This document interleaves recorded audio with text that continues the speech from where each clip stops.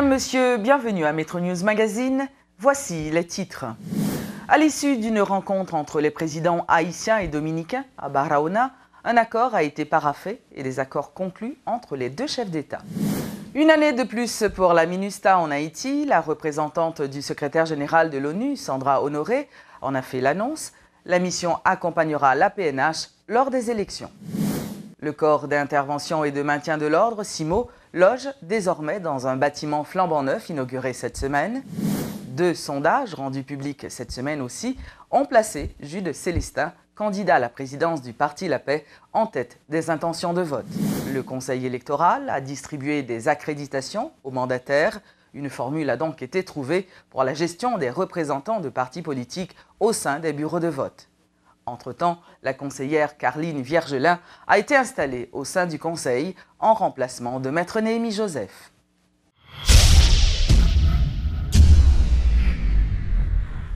Mais d'abord, les présidents haïtiens et dominicains se sont rencontrés mardi dans la ville frontalière de Barahona. Les deux hommes d'État ont voulu calmer les tensions observées suite aux mesures prises par le gouvernement haïtien de réorienter par voie maritime 23 produits qui ordinairement transitent par le territoire dominicain.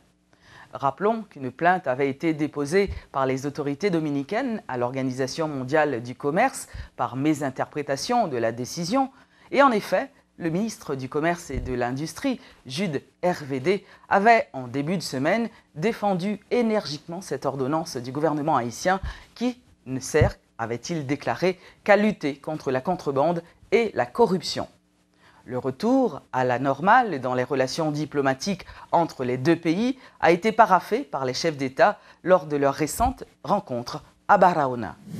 Parallèlement, le ministre de l'Économie et des Finances, Wilson Lallo, a lancé un appel au calme aux Haïtiens car, dit-il, les discussions vont se poursuivre entre les deux républiques dans le but de trouver un accord en ce qui a trait aux échanges commerciaux. Nous pas interdit 23 produits, nous dit produits ça mais comment pour rentrer dans le pays. Produits pas forcément sortis en République dominicaine parce que d'ailleurs, nous avons regardé l'on prend ciment, il sorti dans pratiquement une dizaine de pays. L'on prend fer, il sorti dans une quinzaine de pays. Donc c'est pas quand pile là-dedans, c'est que Mounoual prend produit dans un pays étranger, il transité par la République dominicaine avant de venir avec lui en Haïti. Malgré que l'importation totale pays a diminué, il n'a pas augmenté le taux de douane. Et pour oui, cette douane a augmenté à cause du fait que une quantité de produits qui commencent à dériver par la mer à cause de complications qui gagnent sur la frontière terrestre. Donc, vous remarquez on voit de fraude liée. Haïti, il ne faut pas oublier, Haïti signe des conventions, Haïti partenaire ou ensemble de pays. Mais Haïti doit exiger de pays même niveau de respect dans les gens qui ont fait commerce avec lui que exiger de lui. Le mandat de la mission des Nations Unies pour la stabilisation en Haïti, la MINUSTAH, a été prorogé d'un an, soit jusqu'au 15 octobre 2016.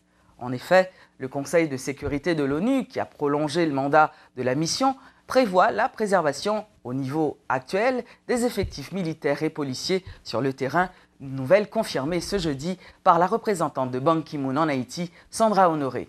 Elle a aussi précisé que la MINUSTAH accompagnerait le CEP et la police nationale lors de la journée électorale du 25 octobre. Cette nouvelle prorogation du mandat de la MINUSTAH va aussi offrir à la nouvelle administration une période de soutien continu et le temps nécessaire pour s'accorder sur les contours de l'appui futur des institutions du pays par les Nations Unies. Ceci est d'une importance primordiale pour le retrait durable de l'actuelle présence de maintien de la paix. La conduite d'un processus électoral équitable, transparent et inclusif dans un climat apaisé est la condition sine qua non pour qu'Haïti continue d'avancer sur la voie de la stabilisation, de la gouvernance démocratique, du renforcement de l'état de droit et du développement socio-économique. J'exhorte tous les acteurs politiques à continuer d'apporter leurs contributions pour que ces élections si importantes se déroulent dans un climat serein et de confiance mutuelle, permettant la plus grande participation des électeurs. J'invite tous les électeurs à aller exercer leur droit de vote d'une manière paisible afin de contribuer à la consolidation d'une Haïti plus stable, démocratique et prospère. Signaler, électeurs, à toute la nation et au monde entier que vous choisissez la voie démocratique, que vous choisissez la sérénité et la stabilité pour un avenir meilleur. Le corps d'intervention de maintien de l'ordre CIMO a pris ses quartiers dans un nouveau local inauguré ce mercredi. Ce bâtiment de 3 étages, construit par l'UCLBP, a coûté 4,2 millions de dollars et a été financé à partir des fonds du Trésor public. Tout en leur promettant une augmentation de salaire dans le budget à venir, le président a aussi demandé aux agents de CIMO d'être plus actifs et de faire preuve de professionnalisme lors des élections du 25 octobre. Et la police recevoir, d'après information que j'ai, près de 200 véhicules récemment, près de 200 véhicules. Et dans ce sens-là, que PM n'a l'autre 50 que la baille encore. Dans le même sens-là que l'immeuble ça là, je dis, même sens-là que 86 cailles que nous réparons, qui est en bas de cabrit là, que nous allons remettre à la police. Dans le même sens-là que nous restaurer avec certainement les partenaires et en pile et poste avant poste de police. C'est le même sens là tout que nous assurons que nous avons un accord avec des institutions dans le domaine de santé pour nous accompagner les policiers. Dans le même sens là toujours que nous pensons, nous avons pensé à une augmentation de près de 15% dans le nouveau budget qui est effectif, que la police là commence à sentir le mois ça. Côté que nous ventilons les gens pour que les moins gradés voient une plus d'augmentation que ça qui peut regarder. Donc tout ça pour vous dire que l'État a pensé à nous, l'État a apprécié le travail que nous avons fait. Il y a une notion de service, de sacrifice là-dedans tout. Parce que son métier qui mettait agents à risque. Souvent on rentre dans des arbres parce qu'on a un uniforme non seulement qu'à victime. Donc nous devons être là pour nous accompagner l'institution. Je n'ai pas fait là. Je vais demander PM qui est chef CSPN pour continuer à garder qui j'en ai avancé avec renforcement institutionnel. C'est pour ça tout que sur l'administration, l'institution vient plus accès à une série d'outils qui vous permettent les plus performants dans le travail. Et je vous dis, l'immeuble ça a prouvé que ça m'a dit, c'est pas menti, puisque il est doté de salles de sport qui vous permettent, de gym, qui vous permettent, par exemple, agent lui-même tout, de gérer les conditions physiques pour le répondre à travail là. Et que les cas vivent sainement tout dans l'espace qui habite là. Donc, je n'ai pas besoin de long. Nous continuons à engager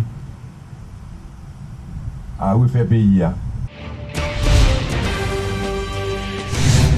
Carline Viergelin a été installée ce mercredi au CEP pour remplacer Maître Néhémie Joseph. Le Conseil électoral provisoire a adopté toute une série de dispositions afin de garantir le bon déroulement du scrutin.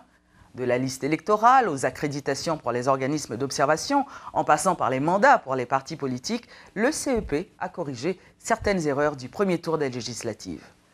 Le Conseil promet d'être intransigeant sur certains points afin de réussir le pari du 25 octobre et appelle à la compréhension de tous les acteurs impliqués dans le processus électoral. Ce sont des dispositions qui réjouissent les représentants et responsables de partis politiques qui toutefois formulent le vœu que toutes les mesures soient prises pour empêcher que le prochain scrutin ne soit entaché d'irrégularités majeures, de violences ou encore de fraude.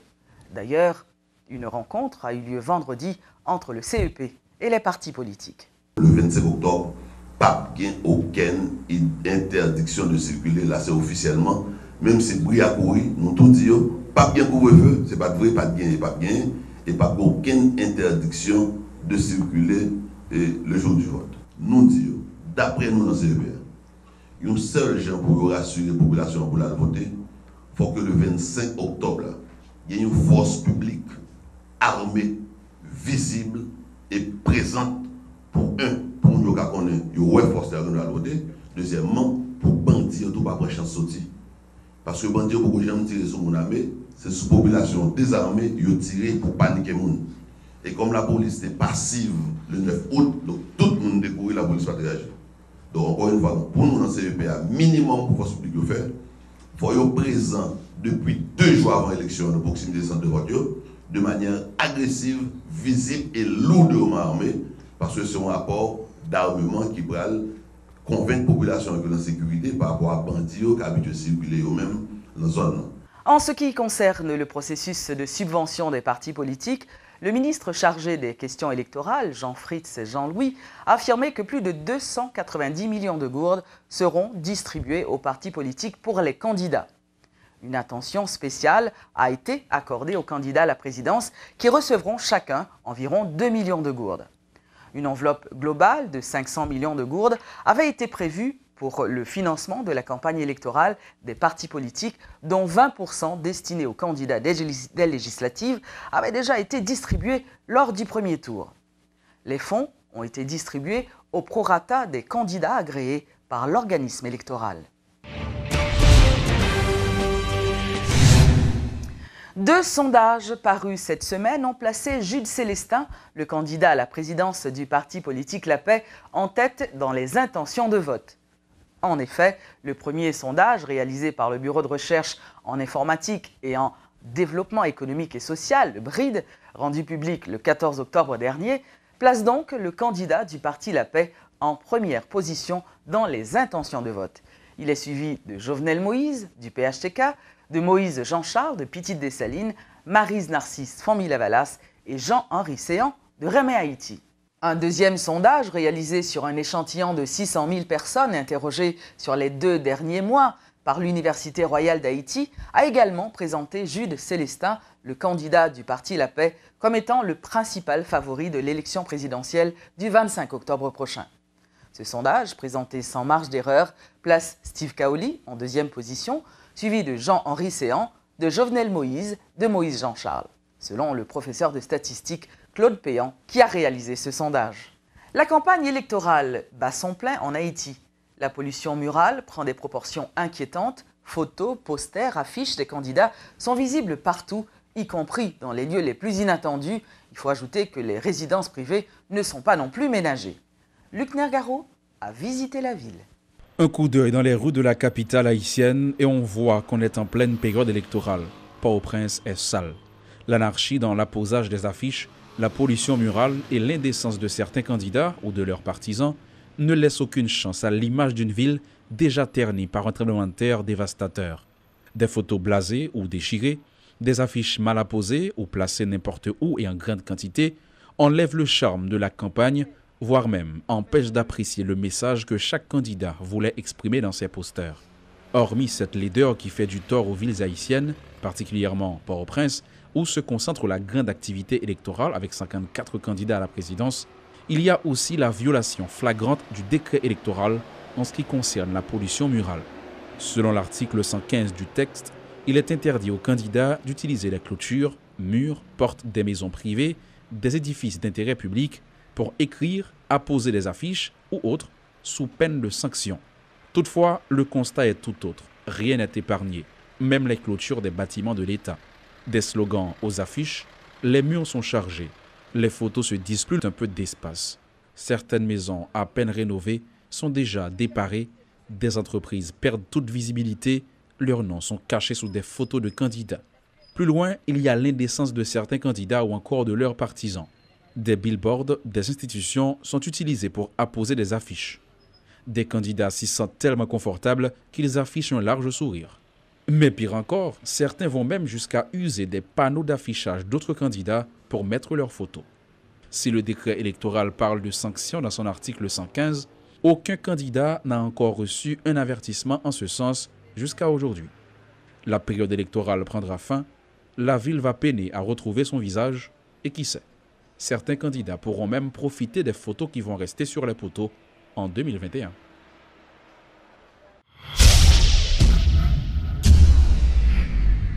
Commémoration ce samedi 17 octobre du 209e anniversaire de l'assassinat de l'empereur Jean-Jacques Dessalines.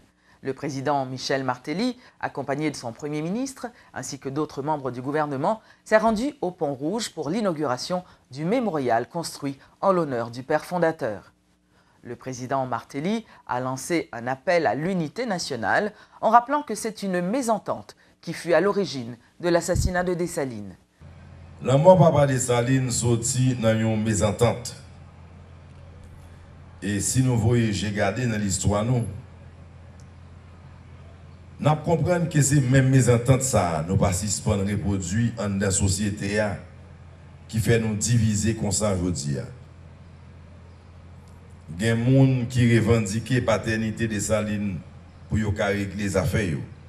Dessalines qui te baille, qui te bataille pour quitter bout de terre pour nous toutes. Il aurait produit une forme d'exclusion qui n'a pas rien pour le avec l'idéal de Salines qui chita sur justice sociale, égalité, chance pour tout le monde, inclusion, monde qui pauvre, sans ne pas exclure monde qui riche. Dessalines, c'est papa nation, qui donc c'est papa nous toutes. C'est nous toutes qui poursuivons l'exemple et travaillons pour nous dépasser. Haïtiens, haïtiennes, frère Maxime, pendant tout le mandat, nous avons pour mener bac pays. Moi, pas de jamais suspendre le travail, faire des efforts sans arrêter pour Haïti, tu as gagné l'autre figure. Je dis assez avec fierté, m'a invité à nous constater que j'ai réalisation administration mieux dans tout secteur, fait pays avec plus belle, plus frais, plus accueillant.